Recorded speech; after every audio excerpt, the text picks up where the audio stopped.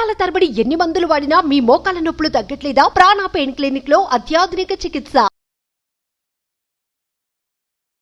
మాది ఒక చిన్న మధ్యతరగం ఫ్యామిలీ.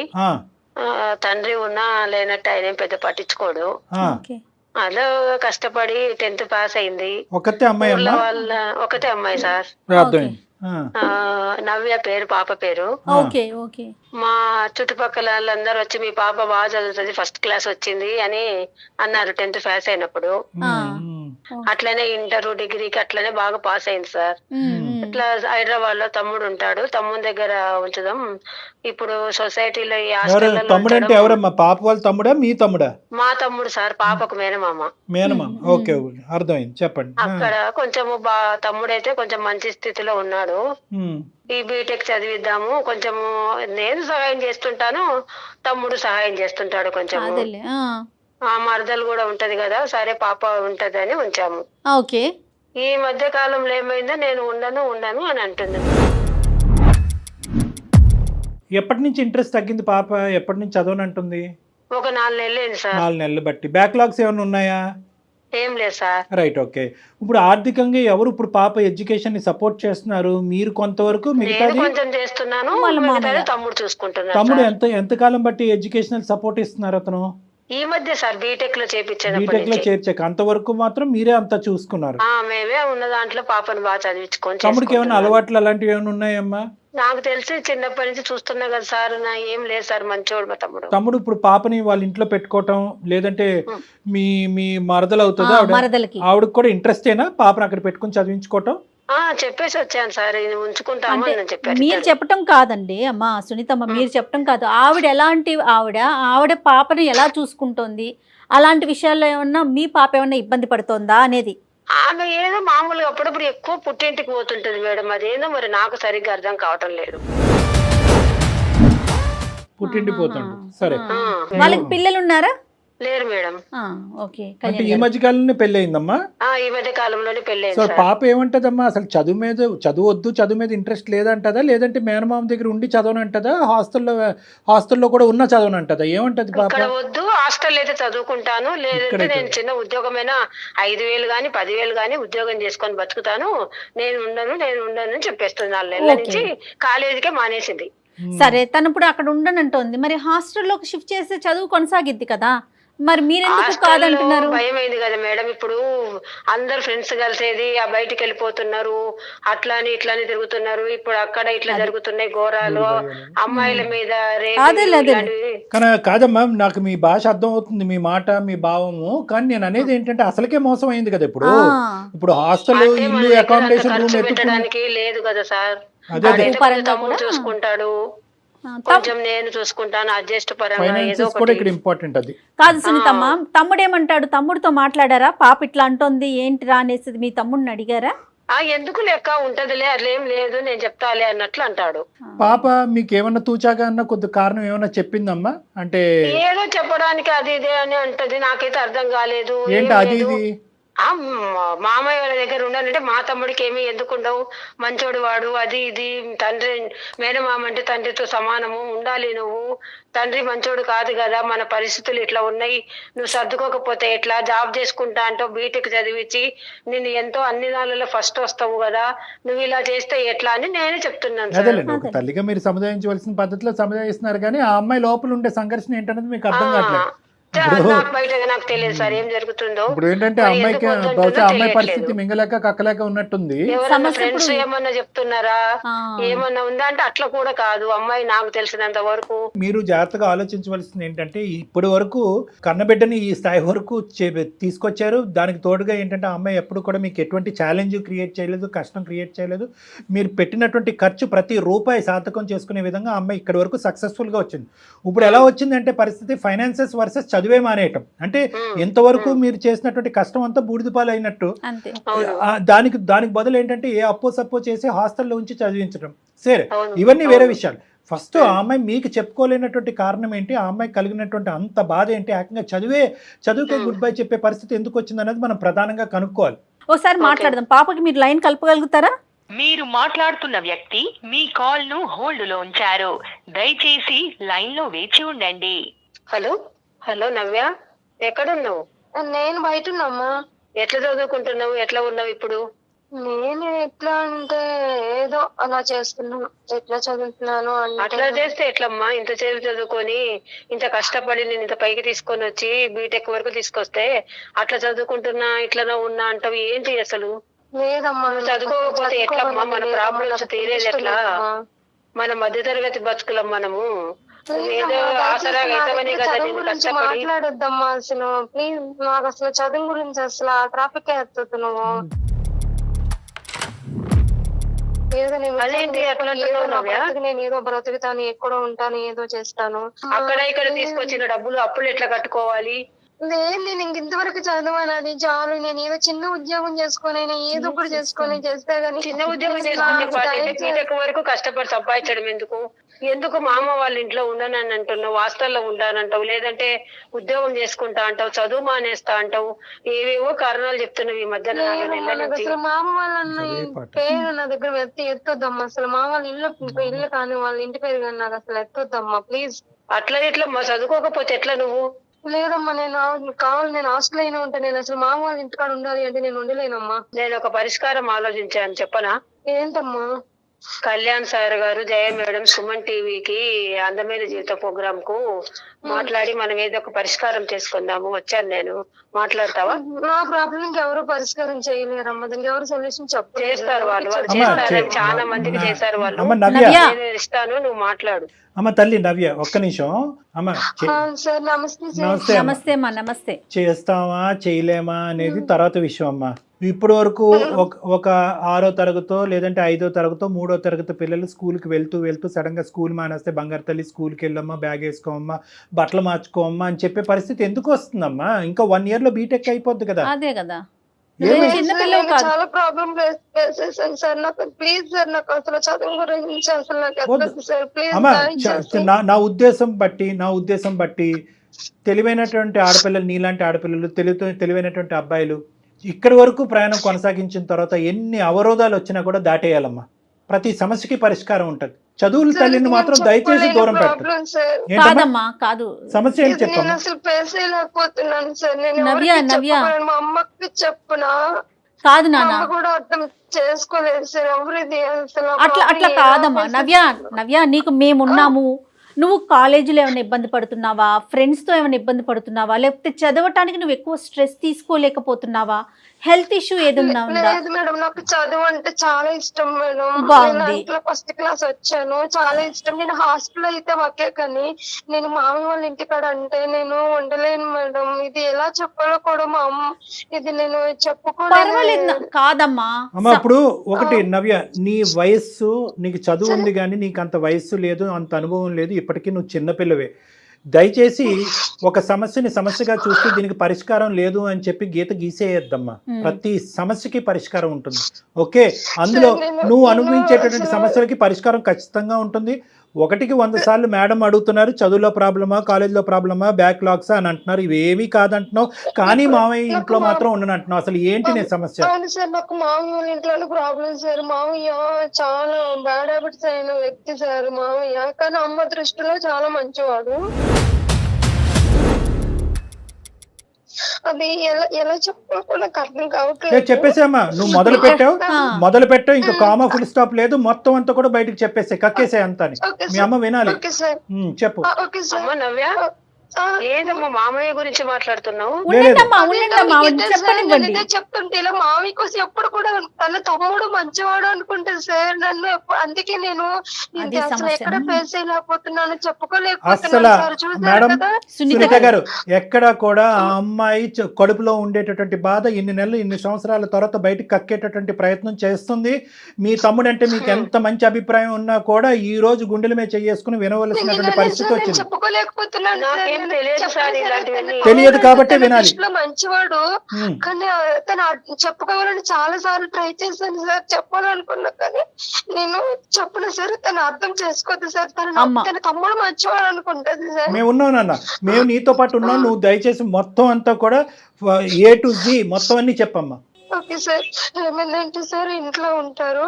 ఇంట్లో ఉన్నప్పుడు నేను స్నానానికి వెళ్ళినప్పుడు కూడా సార్ వాష్రూమ్ దగ్గరకు వచ్చి తొంగి చూస్తారు సార్. ఏంటి మామయ్య ఇలా చూస్తున్నారు అంటే ఏం లేదమ్మా ఊరికే వచ్చాను అంటారు సార్. నేను బెడ్రూమ్ లో పడుకున్నప్పుడు కూడా చాలా నా పట్ల అసభ్యంగా ప్రవర్తించారు సార్ చాలా సార్లు. మళ్ళీ ఇంకో విషయం ఏంటంటే నేను ఇంట్లో ఉన్నప్పుడు కూడా నన్ను వెనకాల నుంచి నన్ను వాటేసుకోవడం, కౌగిలించుకోవడం అసభ్యంగా ప్రవర్తించేవారు సార్ మా మామయ్య.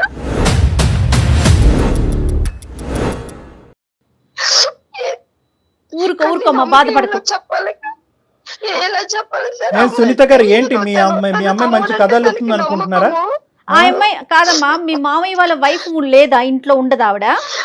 తను కూడా మేము ఏం చేస్తారంటే తను కూడా చాలా యూజ్ చేస్తారు మేడం. పాపం తన అత్త ఇంటికి వాళ్ళ పుట్టింటి వాళ్ళ ఇంటికి వెళ్ళిపో తను ఉన్నా సరే కానీ తన దొంగ చూపులు నా వైపు చాలా అసలు చాలా దరిద్రంగా నా పైన వచ్చి చెయ్యి తనని టచ్ చేయడము అట్లా ఇలా చాలా నీచాతి నీచంగా ప్రవర్తిస్తాడు సార్ మ్యామ్ మామయ్య. కానీ అతను చూడ్డానికి బానే ఉంటారు అంత ఇది ఏమంటది మా అమ్మ లేదు అందరూ తన అంటే తను చాలా సార్లు నేను చెప్పడానికి ట్రై చేసినప్పుడు తన మాట ప్రవర్తన బట్టి తన తమ్ముడు అంటే అమ్మకి అంత నమ్మకం. కానీ అమ్మ ఒకటి నవ్య, అమ్మకి తమ్ముడు అంటే అంత నమ్మకం, మామయ్యకి కూడా ఏంటమ్మా అతని ఆలోచన? నువ్వు ఏం చెప్పినా పర్లేదు మా అక్కేమీ నమ్మదనే ధైర్యమా? అవును నేను చాలా సార్లు అన్నా అంటే తనకి తన అక్క నమ్ముతుంది కదా, తన తమ్ముడు అంటే అంత నమ్మకము కదా. సరే నువ్వు ఏం చెప్తావులే, ఏం లేదమ్మా అని చెప్పి వెళ్ళిపోవడము, నా ముంగట వేరే లేడీస్ ని కూడా తెచ్చుకోవడము, అలా రూమ్ లో వెళ్ళడం కూడా చాలా సార్లు. తనకు చాలా ఆడళ్ళు అంటే అతను అంత పిచ్చి మామయ్యకి సార్. అమ్మా సునీత గారు వింటున్నారమ్మా? సునీత గారు చెప్పండి సార్. ఇప్పుడు ఇంత భయంకరమైన మనిషి అయినా కూడా అక్కడే ఉండమంటారా మీరు? లేదంటే ఇప్పటికీ కూడా మీ తమ్ముడిని మీరు వెనకేసుకుని వస్తారా? లేదంటే మీ అమ్మాయి ఏమైనా అబద్ధాలు కోరా? అలాంటి తమ్ముడు అని చెప్తే నా కళ్ళకి నీళ్ళు కాదు రక్తం వస్తుంది సార్. తనను అంటే ఫ్యామిలీలోను గొడవలు చిన్నప్పటి నుంచి వాళ్ళు ఒక తల్లికి సంబంధించి ఒక తల్లికి పుట్టి ఉన్నారు. నేను తన బిడ్డగా వెళ్ళి వాళ్ళ రక్త సంబంధ బంధాలని గొడవలు వస్తాయి విడతీయకూడదు మామూలు ఎండేటర్ కూడా చెప్పి చూసాను సార్, ట్రై చూసాను, ఎప్పుడు కూడా అమ్మ వినలేదు. కాదు సార్, ఎంత పొరపాటు చేశారమ్మా సునీత గారు, ఎంత పొరపాటు చేశారు. నా కూతురు చెప్తుంటే నాకు అసలు మైండ్ తిరిగిపోతుంది. ఏం మాట్లాడాలో కూడా నాకు మాట రావటం లేదు సార్. ప్రయత్నం చెయ్యాలి కదా. తమ్ముడు అని తెలిసింటే వాళ్ళు అక్కడే చంపేసిండేదాన్ని సార్. వద్దులేండి అమ్మా, ఈ చంపటాలు గింపటాలు ఇవన్నీ తీసి పక్కన పెట్టండి. కానీ అట్లీస్ట్ ఒక చంపడం కాదు సార్ అసలు అంత. సునీత గారు, సునీత గారు, కూడా నాకు అసహ్యం వేస్తుంది. సునీత గారు, అందు గురించి మేము 1కి 10 సార్లు చెప్తా ఉంటాం. మీ ఇంట్లో మీ అమ్మాయి మీకు దిక్కు, ఆ అమ్మాయికి మీరు దిక్కు. సో ఇక్కడ ఎవరు మగవాళ్ళు లేరు, పెద్దలు లేరు. మగవాళ్ళు అనేటటువంటి వాళ్ళు చూసేటటువంటి ఒక్క వ్యక్తి ఎవరైతే మీ భర్త పాప తండ్రి ఉన్నాడో అతను విచిత్రంగా ప్రవర్తించడం, బాధ్యత లేకుండా ప్రవర్తించడం విసుగు వేశారు. తీసుకున్నాడు సార్ తమ్ముడు, ఏం చేసినా నమ్మరు అని. ఆసరాగా తీసుకున్నాడు.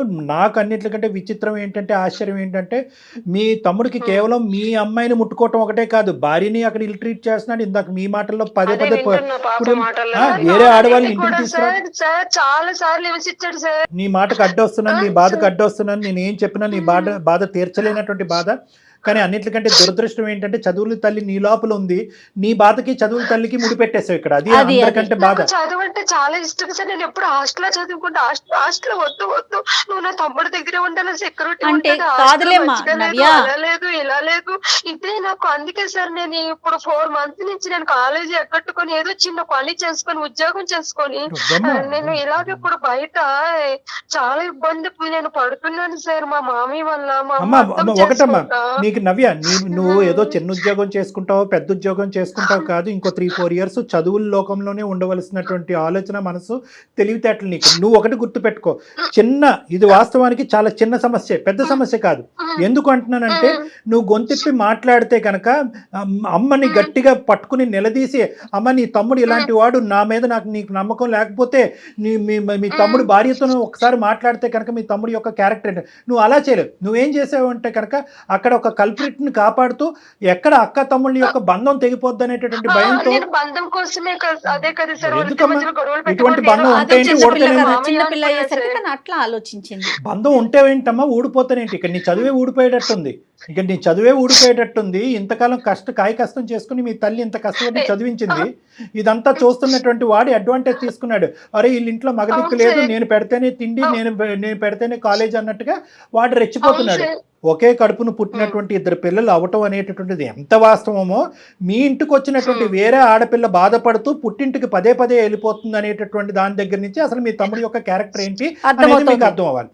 రెండోది ఏంటంటే, వినండి, గమనించలేకపోవటం కాదు, మీ ఇంట్లోంచి వచ్చినటువంటి వాళ్ళు దేవుళ్ళు అని ఊహించుకునే మనస్తత్వం నుంచి దయచేసి మీలాంటి ఆడవాళ్ళు బయటకు రావాలి. రెండో అంశం ఏంటంటే, మీ అమ్మాయి 1-2 సార్లు మీరే ఇంతకు ముందు ఫోన్ కలపక ముందు మీరు ఒక మాట అన్నారు, ఏదో ఊహించుకుంటుందండి, మేనమామ గురించి ఏదో చెప్తుందండి, ఏంటి ఆ భ్రమలేంటి, ఆ ఆలోచనలు ఏంటి, ఆ ఊహలను. అంటే ఏంటంటే మీ గోటి తల్లులు ఇటువంటి ఆడపిల్లలు చాలా సున్నితమైనటువంటి అంశాలు ముందుకు వచ్చేప్పుడు ఇక్కడ మీ తమ్ముడనే చెప్పట్లేదు, ఇటువంటి సమస్యలు ఎదురు. ఒక నిమిషం నవ్య, ఇంకో విషయము అంటే అది నా తమ్ముడు చాలా మంచి బాగా సెటిల్ అయ్యాడు, నా తమ్ముడు చాలా కోటిస్ఫైడ్ అయ్యాడు, నా తమ్ముడు వెనకతనే చాలా మంది పడతారు, నా తమ్ముడు అసలు ఎవరి వైపు కన్నెత్తి చూడడు, అది చాలా అదేలే ఈవిడ ఇలా మార్కులు వేసుకుంటూ పోతే కనుక నేను చెప్తే ఏం నమ్ముతారేంటనేది వెనక్కి తగ్గే. సునీత గారు, మీలాంటి ఆడవాళ్ళు ఎవరైనా ఉంటే కనుక వాళ్ళందరికీ నేను చెప్పేది ఏంటంటే, ఇలాంటి ప్రవర్తన ఇంటికి తీసుకెళ్లి ఆటో డ్రైవర్ చేయొచ్చు, కింద ఉండేటటువంటి వాచ్మెన్ ప్రవర్తించవచ్చు, లేదంటే కాలేజీలో ఉండేటటువంటి ట్రైనర్స్ ప్రవర్తించవచ్చు, లేదంటే మన ఇంట్లో ఉండి మనం మెప్పు పొంది మన మనుషుల్లాగా ఉండేటటువంటి వాళ్ళు కూడా చేయొచ్చు. ఇవి చేసేటప్పుడు యూజువల్గా ఏమవుతుంది అంటే కనుక, ఇందాక నవ్య ఒక చాలా ఇంపార్టెంట్ పాయింట్ చెప్పింది, ఎందుకంటే ఇటువంటి కేసులు నాకు కల్లోలుగా వస్తాయి కాబట్టి నేను చెప్తున్నాను. ఆడపిల్లలు ముందుకొచ్చి చెప్పే లోపలే మీరు అవతల ఉండేటటువంటి కల్ప్రిట్కి మీరు మార్కులు వేసేస్తారు వాళ్ళకి. ఆ తమ్ముడు వాడు ఆజానుభావుడు, వాడు అది వాడికి ఇంత కాకపోతే అంతమంది వాడి వెనకతలు ఫాలో అవుతారు, అలాంటి అందరూ గొప్పగా మాట్లాడేటటువంటి వ్యక్తికి నువ్వు నెగిటివ్గా మార్కులు వేస్తున్నారని చెప్పి ఈ అమ్మాయి నెగిటివ్గా మార్కులు వేయకముందే మీరు ఈ అమ్మాయి నోరు కట్టేస్తారు. ఇది మీరందరూ చేసేటటువంటి దీనివల్ల కాదు కళ్యాణ్ గారు, దీనివల్ల చెప్పాల్సిన వాళ్ళు అసలు చెప్పలేకపోతున్నారు. సో అక్కడ ఏమవుతారంటే, అక్కడ ఒక విధంగా బాధపడుతూ ఉంటారు, వాడి చేతుల్లో వాడికి తెలుసు 600 100 ఇక్కడ కావాల్సినటువంటి మార్కులు ఇక్కడ మెప్పు పొందేశాం కాబట్టి ఈ అమ్మాయి వెళ్ళి చెప్తే కనుక ఏదో పిచ్చిది ఏదో లేనిపోని కబుర్లన్నీ చెప్తుంది అన్నట్టుగా అనుకుంటారు. అక్కడ అక్కైనా తల్లి అయినా తండ్రి అయినా ఎవరైనా కూడా ఈ మాటలు కొట్టిపారేస్తారు. ఇదే 2 సార్లు పిచ్చిదవుతుంది. నా చేతుల్లో అబ్యూజ్కి గురైనటువంటి ఈ అమ్మాయి పిచ్చిదవుతుంది, మళ్ళీ వాళ్ళ అమ్మకి చెప్పుకుని రెండోసారి పిచ్చిదవుతుంది, అందరూ ఈ అమ్మాయిని ఏకాకి చేస్తారు అనేటటువంటి ఉద్దేశంతో ఇలాంటి అబ్యూజ్ అనేటటువంటిది కంటిన్యూస్గా సమాజంలో నడుస్తూనే ఉన్నాయి. దీని మీదే చాలా అఘాయిత్యాలు జరుగుతున్నాయి. కాబట్టి ఫస్ట్ ఆఫ్ ఆల్ ఏంటంటే ఒకటే మాట అంటారు, టెక్స్ట్ బుక్ ఆఫ్ సైకాలజీలో ఒకే మాట అంటారు, ఏంటో తెలుసా, మీరు ఆ సమస్యకి పరిష్కారం చెప్పలేకపోయినా కూడా ఎవరైనా బాధితులు వచ్చి మీతో చెప్పుకునేటటువంటి పరిస్థితి ఉంటే దాన్ని ఫెసిలిటేట్ చేయండి అంటారు. అంటే ఏంటంటే వాళ్ళు ఏదన్నా మాట్లాడినండి, అర్థం పద్ధం లేకుండా మాట్లాడినండి, విచిత్రంగా మాట్లాడినండి, మీరు 100-200 మార్కులు వేసేటటువంటి ఒక మగాడి మీద వేలెత్తి చూపెట్టేటటువంటి అన్నానండి, మీరు వినండి. ఫస్ట్ మీకందరికీ కనిపించే ప్రపంచం ఒకటి, ఇలాంటి ఆడపిల్లలు అనుభవించేటటువంటి ప్రపంచం ఒకటి, మీ ప్రపంచం అనేటటువంటిది కరెక్ట్ కాదు. వాళ్ళ ప్రపంచం అసలైనటువంటి సిసలైనటువంటి రంగు ఏదన్నా ఉందంటే మీ తమ్ముడు రంగు ఇప్పుడు ఈ అమ్మాయి చెప్పినటువంటి మాటల్లో ఏదైతే చిన్నటి నుంచి మీరు చూసారు చూడండి, వీడికి 100 మార్కులు, ప్రపంచం అంతా ఆడపిల్లలందరూ వాడు క్యూ కడతారు, వాళ్ళందరి మాటలు వింటాం కాదు. మీ తమ్ముడి యొక్క భార్యని నిలబెట్టి అడగండి, నీ కూతురు నిలబెట్టి అడగండి, అది మీ తమ్ముడు.